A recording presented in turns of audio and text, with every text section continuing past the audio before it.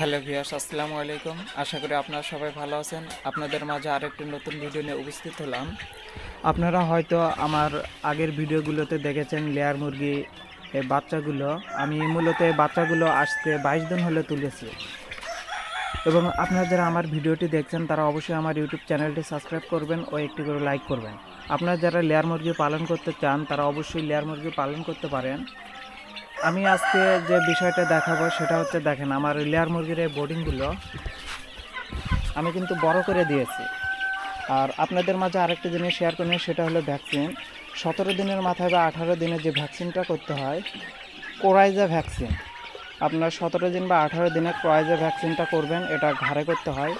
আর এখানে দেখেন যে আমার এখানে আরও মুরগি রয়েছে, এগুলো যে দেখতে পাচ্ছেন এগুলো সবগুলি হচ্ছে টার্কি মুরগি। এখানে আমি টার্কি মুরগি পালন করি, দেখেন সবগুলি রয়েছে। এবং সামনে দেখতে পারবেন ওই লাইট জ্বালানো আছে, সেখানে দেশি মোরগ, ওখানে অনেকগুলো মোরগ রয়েছে এবং তার সাইডেও রয়েছে টার্কি মুরগি। এছাড়াও পাশে রয়েছে আরও দেশি মুরগি পালনের জন্য।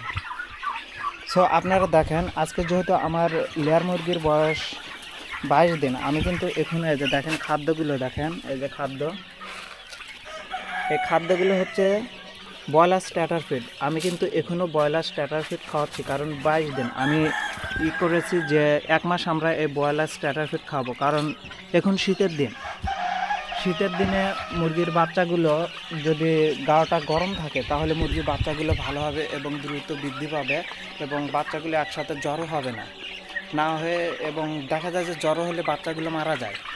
তাই আমি এই ব্রয়লার স্ট্যাটার ফিড খাওয়াচ্ছি যেন অতি তাড়াতাড়ি বড় হয় এবং তাদের শরীরে তাপমাত্রা ঠিক থাকে। সেজন্য আমি 1 মাস ব্রয়লার স্ট্যাটার ফিড খাওয়াবো। আর আপনারা দেখেন যে আমি বেডের যে স্টিল রয়েছে, স্টিলগুলো সম্পূর্ণ সবগুলো সরিয়ে রেখেছি। এই যে সব পাশে দেখেন, সব জায়গাতেই বড় করে দিয়েছি, কারণ বাচ্চাগুলো বড় হচ্ছে, এদের জায়গাটাও বেশি লাগবে, তাই বড় করা হয়েছে। এবং এখানে যে বুটার দেখেন, আমি এখনও বুটার ব্যবহার করি রাত্রে, কারণ এদের শরীরের তাপমাত্রা এখন শীতের সময় একটু তাপ বেশি হলে সমস্যা নেই, কারণ যখন গরম আসবে গরমে তারা তাপ সহ্য করতে পারবে না, অর্থাৎ গরমের সিজন আসলে তারা স্ট্রোক করে মুরগি। আপনারা দেখবেন বেশিরভাগ খামারে মুরগি স্ট্রোক করে মারা যায়। আর যখন বাচ্চা অবস্থায় থেকে তাদের তাপ একটু বেশি করে দিলে তাদের শরীরটা বসে যায়, একদম ফিট হয়ে যায়, যার কারণে একটু তাপ আমি বেশি করে দিচ্ছি যেন গরমের সিজনে একটু সমস্যা কম হয়। আর আপনারা যারা ভিডিওটি দেখছেন তারা অবশ্যই আমার ইউটিউব চ্যানেলটি সাবস্ক্রাইব করবেন।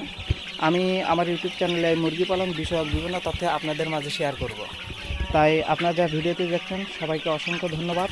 পরবর্তী ভিডিও দেখার জন্য আপনাদের আমন্ত্রণ রইল।